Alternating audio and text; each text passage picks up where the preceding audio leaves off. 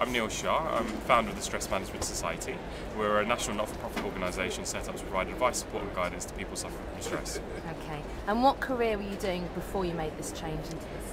I started my first business when I was 24, which was an IT recruitment business. It was extremely successful. I started it from scratch myself. In the first year we turned over about 700 grand. By the second year we were turning over multiple millions of pounds. Won loads of awards. In 2000 I was the Young Entrepreneur of the Year. Got to have breakfast with Tony Blair, and it was like a real skyrocket, from a standing start right into outer space, which was great. It was a really wonderful experience. Made lots of money, learned lots about life.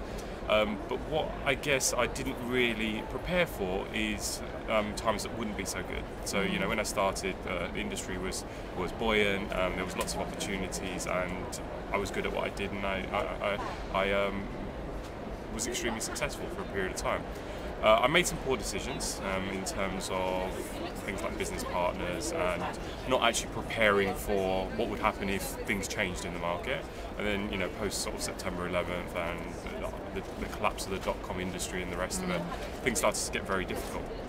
And it started to become extremely stressful. Rather than sort of being an enjoyable, sort of fun experience, it actually started to become really, really tough. And at this time I was also starting to understand a little bit more about myself. I had spent more time sort of reading and learning about things like NLP, and I used to smoke. I went to see a hypnotherapist and I gave up smoking after sort of 10 years of smoking. And I was like, wow, that's amazing. If I can use that to give up smoking, what else could I do? So I started asking questions about sort of how I could get more for myself, and I started practicing some of these things that I was reading and learning with my staff and the people around me. And I actually found that you could actually help people to be extremely successful, happier, healthier by just understanding how the body works. Now, I was still at quite an early stage of my learning process when all these problems started to hit, and I got to a point where I was not able to sleep at night. I was losing my appetite. I had low energy. I was always angry and frustrated, and I didn't recognise it as stress at the time. I knew I was under a lot of pressure, but I didn't directly connect it to stress. So I went to see my doctor, and my doctor wanted to put me on antidepressants. I knew enough to know that I didn't want antidepressants. So after sort of a few minutes of talking to him, I realised that this isn't where I was going to get support. He did refer me to the practice nurse, who was also a counsellor. I spent 45 minutes talking to her, and at the end of it she pretty much looked at me and said, look, you're 27 years old, you're young, you're healthy, stop complaining and get on with it. There are people in a far worse situation than you.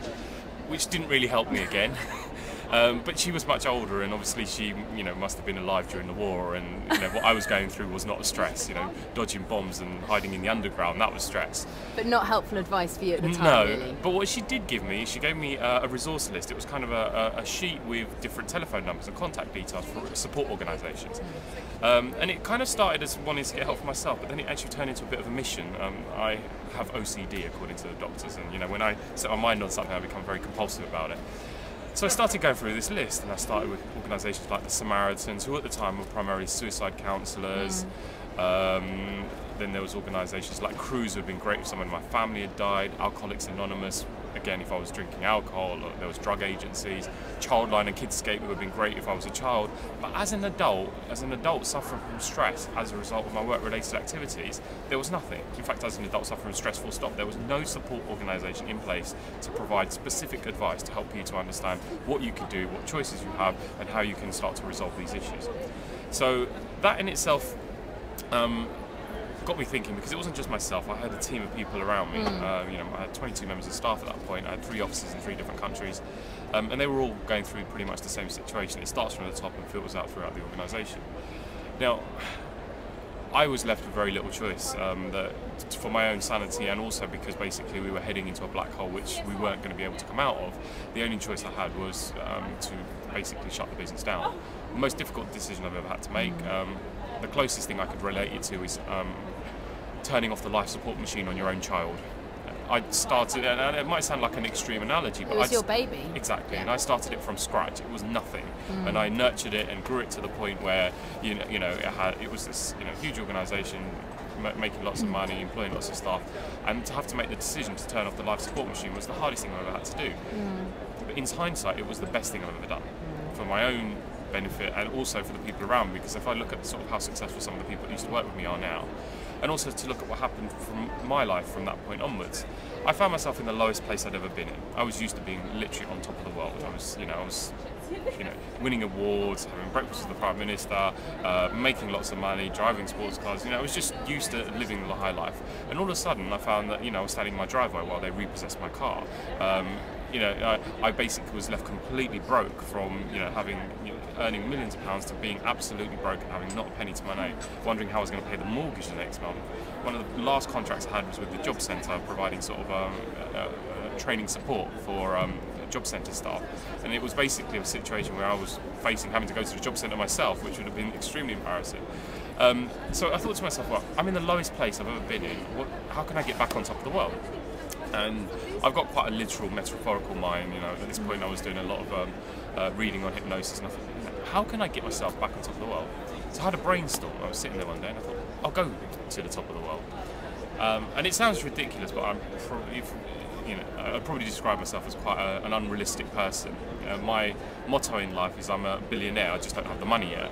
And when people hear me say that, it's kind of like Del Boy saying, this time next year, Rodney, we'll be millionaires. But ultimately, that's what I believe. And I had this brainstorm that this is what I want to do, and everyone around me saying, you're absolutely crazy, you've never climbed a mountain in your life, you have no experience, how are you going to do this? And I said, well, I'll find a way, because it felt like it was something that I had to do. It was so important to me. So I did a bit of searching around, Googled various different things, and I actually managed to find a group of South African climbers on this climbing forum that were doing a climb to Everest, about sort of 3 months after the date that I decided to do this. So I managed to find their email address. I sent them an email. I said, look, I want to come with you. So they asked me the usual questions, what climbing experience do you have, this, that and the other. When I wrote back to them, they pretty much laughed and said, look, you know what, it's not going to happen. But I was quite persistent. I kept knocking on their door. And basically they said to me, if you can raise the money in the next 3 weeks before the cut-off, we'll let you come. And I had absolutely no idea how much it costs to climb Mount Everest. So I asked them how much it cost, and they said £75,000. So to bear in mind, this is about a week after my car had been repossessed, and I was wondering how I was going to pay the mortgage, and then had to come up with 75 grand to join these people. But as I said, I've got quite a compulsive mind, and I set my mind to it, and I wasn't going to let go. I'm kind of like, a dog with a bone in his mouth. I'm not going to let it go. And I basically hammered the phone for the next 3 days, calling all of my old business contacts, people that I knew had the ability to fund this kind of a trip. And I painted this picture. I came up with this creative idea that I'll paint it as a marketing opportunity. And the message I come up with is, I got to the top of the world and XYZ company helped me to get there. So, and I thought that's quite a good slogan. I promised them I'd do sort of, after dinner speaking for them, and that, I'd take pictures they could use in their marketing campaigns and so on and so forth. So I spoke to quite a few different companies, and most of them weren't really interested. And then I got hold of Business Link, and I'd done a fair bit of work with Business Link, and I had some people in there that I knew quite well. And I painted this opportunity for them, and they agreed. And literally, the speed in which this was turned around kind of told me that this was something that was supposed to happen, because it was just so easy, it was unbelievable. 3 days after initially speaking to them, I went in and done a presentation. At the end of the day, they phoned me up and they said, we'll have a check to you by Friday, and this was on a Wednesday. On Friday morning, I got a check for £75,000. Oh my God. The following Monday, and I stared at this check because I'd never had a check that big in my life. I wanted to frame it and put it on the wall. And then the following Monday, there's this beautiful flag, which is still on my office wall, which said, I got to the top of the world and Business Link helped me to get there.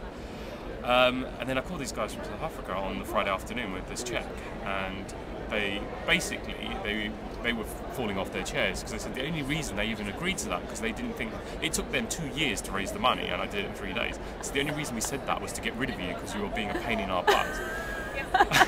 So they weren't particularly happy, because they thought I was going to slow them down and be a hindrance and whatever.